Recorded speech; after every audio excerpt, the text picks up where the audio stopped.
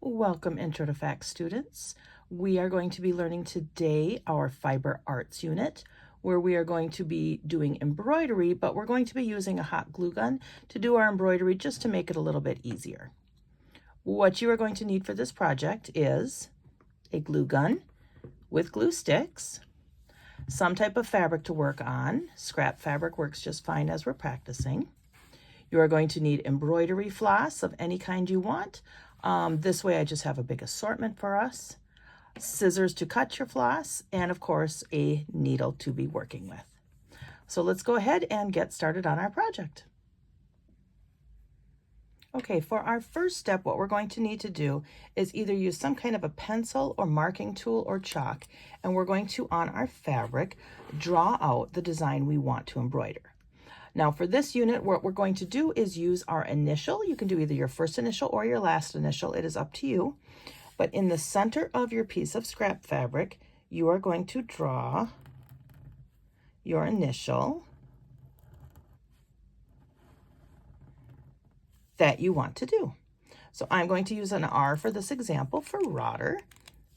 Then what you're going to do, our hot glue gun is already heated up. It's been plugged in and it's ready to go. We are going to take and follow our R with our hot glue. We are going to remember that the tip of the hot glue gun is very, very hot. So we want to make sure we're not touching it. We also want to make sure we're not putting our hand underneath because it will go right through the fabric and burn our hands that way too. So all I'm going to do is take and follow the R shape with my hot glue as carefully as I can.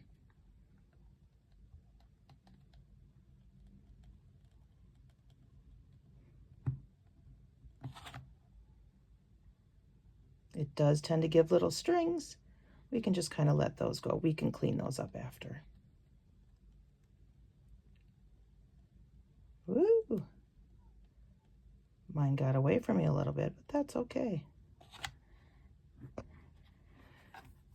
Now if we let this cool for just a few minutes, we'll take and get rid of all those little hairs in just a second.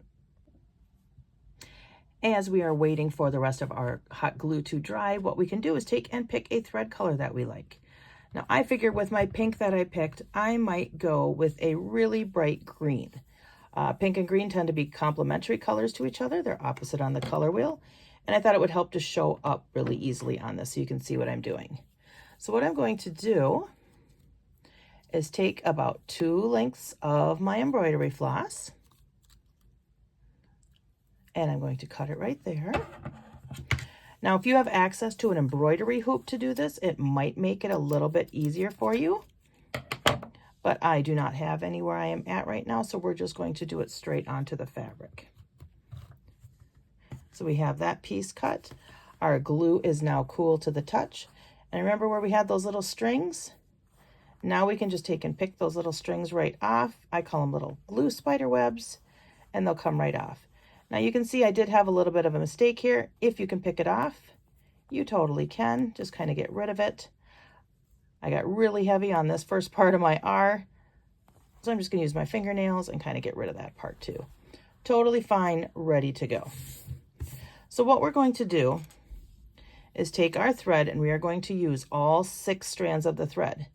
The thread has 6 pieces to it. We're going to use all 6 because we want this to look really fat and really full like embroidery. Now the tricky part, at least for me, is getting the thread through the head of the needle. Let's see how I do. Nope, didn't get it that time. Get it through. There we go. Make sure all 6 pieces are through the head of the needle because sometimes one does like to stick out a little bit. Now, what we're going to do is just leave about 3 inches as a tail. We don't want to knot the whole piece. We're just going to leave 3 inches as a tail there. Now we're going to start stitching. What we're going to do is start on the back of it. Now this is where you use both hands to kind of feel. This is the end of my R.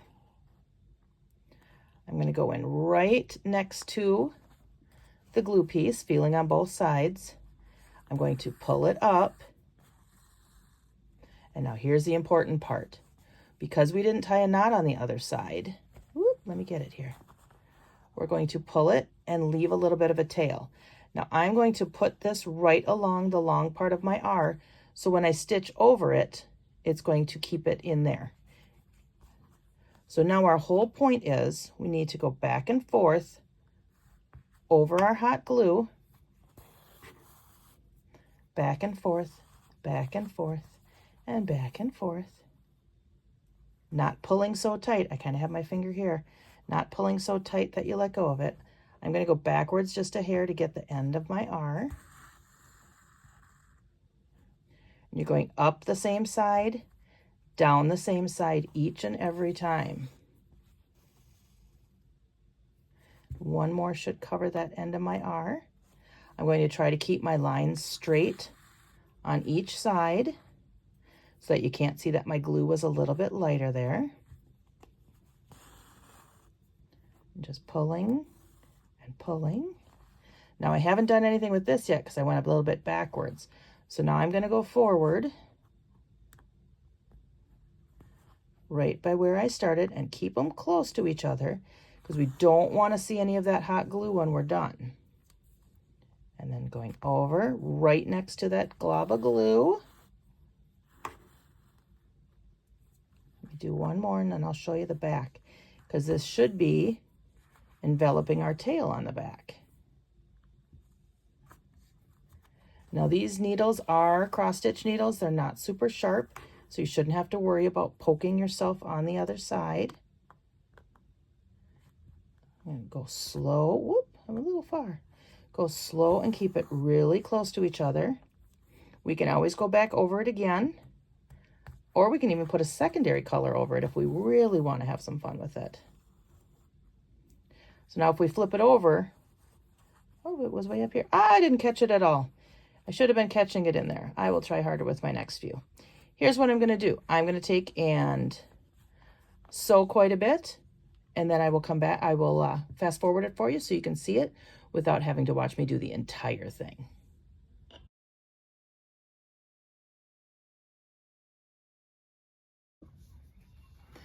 Now you could see how I went back there just a little bit because I had some gaps in here, and I don't want to be able to see the hot glue anywhere at all. So I'm probably still going to have to come back and fill that one in too. Now that I've come to this part, what I'm going to do is kind of V it a little bit, and we'll catch the rest of it as we come back in. So it's going to depend on the letter you're making. If you're making like a capital L, it's just going to be easy because it's just two pieces, or a letter O. But if you have any type of intersections where you have a Y joint, it's just going to be a little bit different to take and join them together. So let's just keep going for a little bit.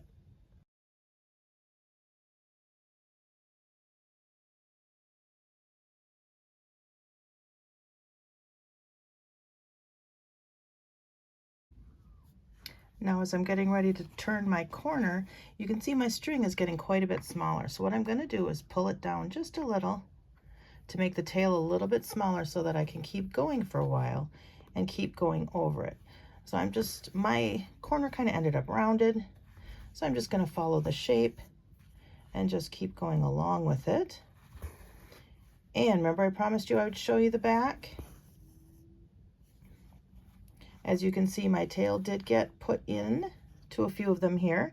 Now if we didn't get any, what we can do when we're done, we'll take and thread our needle on this piece and then slide the thread all the way underneath all of our stitches so that it doesn't come out, and that way we don't have to knot it. But you can see, I mean, it's not super neat, but this isn't the side we're gonna see, so it's okay. Okay, let me see what I can do with the rest of my R here.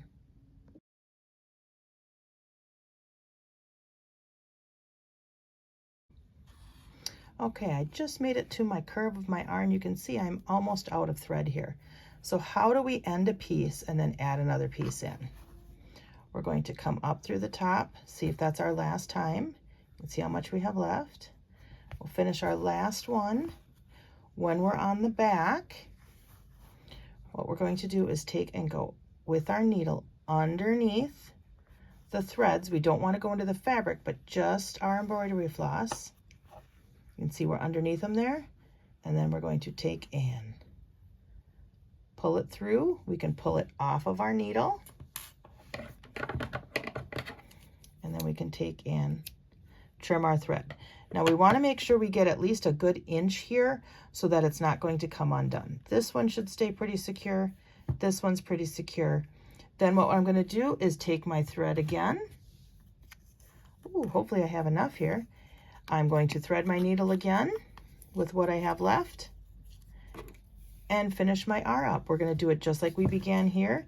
Leave a tail and then stitch over it. Okay, here we go again.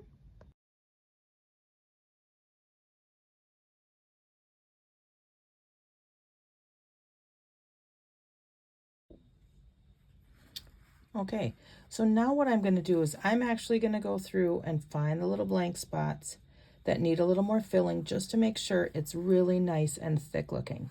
But as you can see, all my ends are tied in. I did have a little bit of issue with a knot there at the bottom, but it's nice and flat. It'll never show. I'm just going to go through and try to fill it in and make it nice and thick. Okay, there we go. We've got our letter R finished. Now some of the problems that I had was in the curves. You just want to make sure you're going really slow. You can be in the same hole and then spreading out as you go to go around a curve. Any Y intersection, you can see I made little X's to cover up that glue because we don't want any of the glue showing in the end. And then my biggest suggestion is make sure when you are picking whichever embroidery floss you are using, make sure that you have enough of it on here so that you can get all the way around your letter. Now, what else could you do this with? What other projects could you do with hot glue and embroidery floss? You can do this on baseball hats. You can do this on sweatshirts, maybe on the cuffs, maybe on the collars. You can do it on jean jackets. You can do it on jeans. Maybe you have those jeans where they cuff up and every time you wash them, the cuffs come undone. You could do this along the edge between the layers so that it holds your cuff in place. You can do this to cover a hole. If there was a little hole here, this would be an easy way to cover that hole. Make it a flower rather than your initial. Anything you can draw with both a pen and a glue gun, you can do this with. So if you can draw it with a glue gun, you can make that shape.